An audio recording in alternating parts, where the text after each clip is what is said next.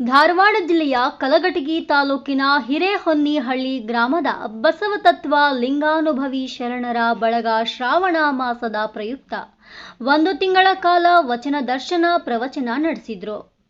ಬೆಳಗ್ಗೆ ಸಾಮೂಹಿಕ ಇಷ್ಟಲಿಂಗ ಪೂಜೆ ಪ್ರಾರ್ಥನೆ ಸಲ್ಲಿಸಿ ಶ್ರೀ ಉಳವಿ ಚನ್ನಬಸವೇಶ್ವರ ಚಕ್ಕಡಿ ಗೆಳೆಯರು ಹಾಗೂ ಶರಣ ಶರಣೆಯರು ವಿಶ್ವಗುರು ಬಸವಣ್ಣನವರ ಭಾವಚಿತ್ರ ಮೆರವಣಿಗೆಯನ್ನ ಗ್ರಾಮದ ರಾಜಬೀದಿಗಳಲ್ಲಿ ನಡೆಸಿ ಬಸವ ಜಯ ಘೋಷಣೆಗಳನ್ನು ಕೂಗುತ್ತಾ ಗ್ರಾಮದ ಅನುಭವ ಮಂಟಪ ಬಂದು ತಲುಪಿತು. ಷಟ್ಸ್ಥಳ ಧ್ವಜಾರೋಹಣವನ್ನ ಶರಣ ಶಶಿಕಾಂತ್ ಕೋಟಿ ನೆರವೇರಿಸಿದ್ರು. ಶರಣರ ಬಳಗದ ಅಧ್ಯಕ್ಷ ಗುರುಲಿಂಗ ಉಣಕಲ್ ಮಾತನಾಡಿ ಎಲ್ಲ ತನು ಮನ ಧನ ಸಹಿತ 1 ತಿಂಗಳ ಕಾಲ ಸೇವೆ ಸಲ್ಲಿಸಿದವರಿಗೆ ಶರಣು ಶರಣಾರ್ಥಿ ತಿಳಿಸಿದ್ರು.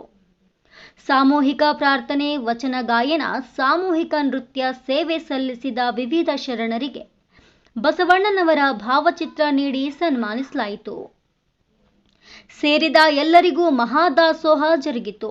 ಬಸವತತ್ವ ಲಿಂಗಾನುಭವಿ ಶರಣರ ಬಳಗದ ಪದಾಧಿಕಾರಿಗಳು ನಾಡಿನ ವಿವಿಧ ಭಾಗಗಳಿಂದ ಶರಣ ಶರಣೆಯರು ಆಗಮಿಸಿದ್ರು. ವರದಿ ಎಂಎಂ ಮಜ್ಜಿದಮನಿ, ಕನಕ ಟಿವಿ, ಕಲಘಟಗಿ.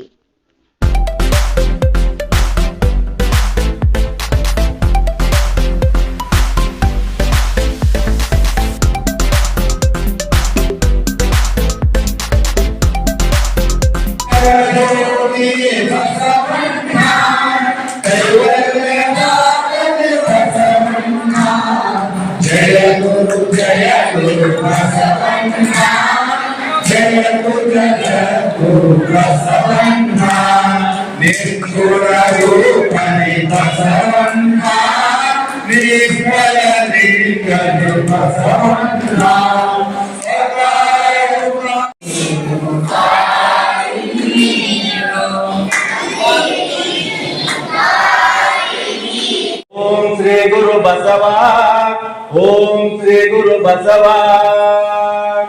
ಬಸವಣ್ಣ ನಿಮ್ಮ ಮಹಾನುಭಾವ ಕೇಳಿ ಕೇಳಿಯನ್ನ ಭವನಾಸ್ತಿಯಾಯಿತು. ಬಸವಣ್ಣ ನಿಮ್ಮ ಮಹಾನುಭಾವ ಮಾಡುವರಯ್ಯ ತಾವರೆ ಕಳೆ ಉಂಟು ಜಂಗಮ ಕಳವಿಲ್ಲ ಕೂಡಲ ಸಂಗಮ ದೇವ ಕೇಳಯ್ಯ ಕೂಡಲ ಸಂಗಮ ದೇವ ಕೇಳಯ್ಯ. ಇಲ್ಲಿವರೆಗೆ ಅತ್ಯಂತ ಭಕ್ತಿಪೂರ್ವಕವಾಗಿ ವಚನಗಾರನ್ನು ನೀಡಿದಂತ ಗೋಲಪ್ಪನವರ ಸಹೋದರರಿಗೆ ಭಕ್ತಿಪೂರ್ವಕ ತಮ್ಮೆಲ್ಲರ ಪರವಾಗಿ ಶರಣು ಶರಣಾರ್ಥಿಗಳು ಮತ್ತು ಸುರೇಶ್ ಗೋಲಪ್ಪನವರು ಈಗೆಲ್ಲ ಒಳಗೆ ಗ್ರೌಂಡ್ ಒಳಗೆ ಎಲ್ಲ ವರ್ಕ್ಗಳನ್ನು ಇಲೆಕ್ಟ್ರಿಕ್ ವರ್ಕ್ ಎಲ್ಲ ಫ್ರೀ ಆಗಿ ಮಾಡ್ಯಾರ. ಅವರು ಯಾವುದೇ ಹಣ ತಗೊಂಡಿಲ್ಲ, ಫ್ರೀ ಆಗಿ ಅವ್ರು ಮಾಡಿಕೊಟ್ಟಾರ. ಅವ್ರಿಗೆ ಎಲ್ಲರೂ ಗೌರವಪೂರ್ವಕ ಜೋರಾಗಿ ಚಪ್ಪಾಳೆ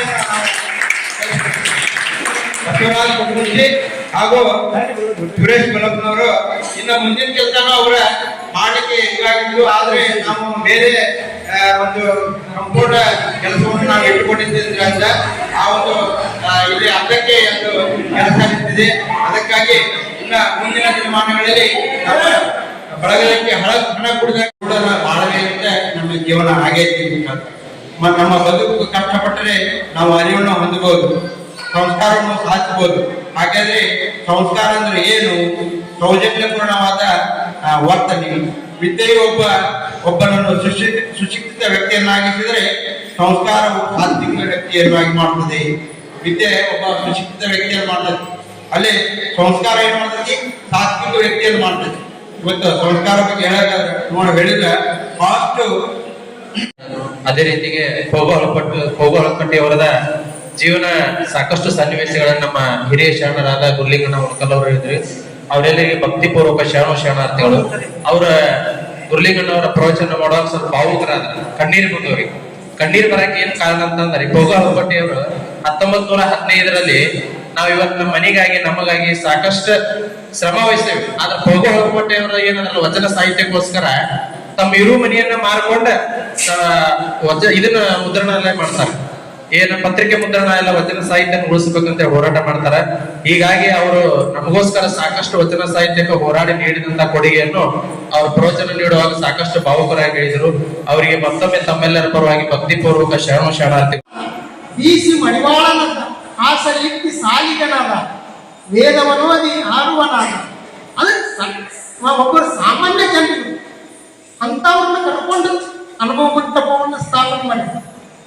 ಇವತ್ತ ನಾವು ನಮ್ಮೂರಾಗ ಅನುಭವ ಮಂಟಪ ಆಗಿದ್ದಲ್ಲ, ನಾವು ಒಂದು ಏನೋ ಪುಣ್ಯ ಮಾಡಿದ್ವಿ.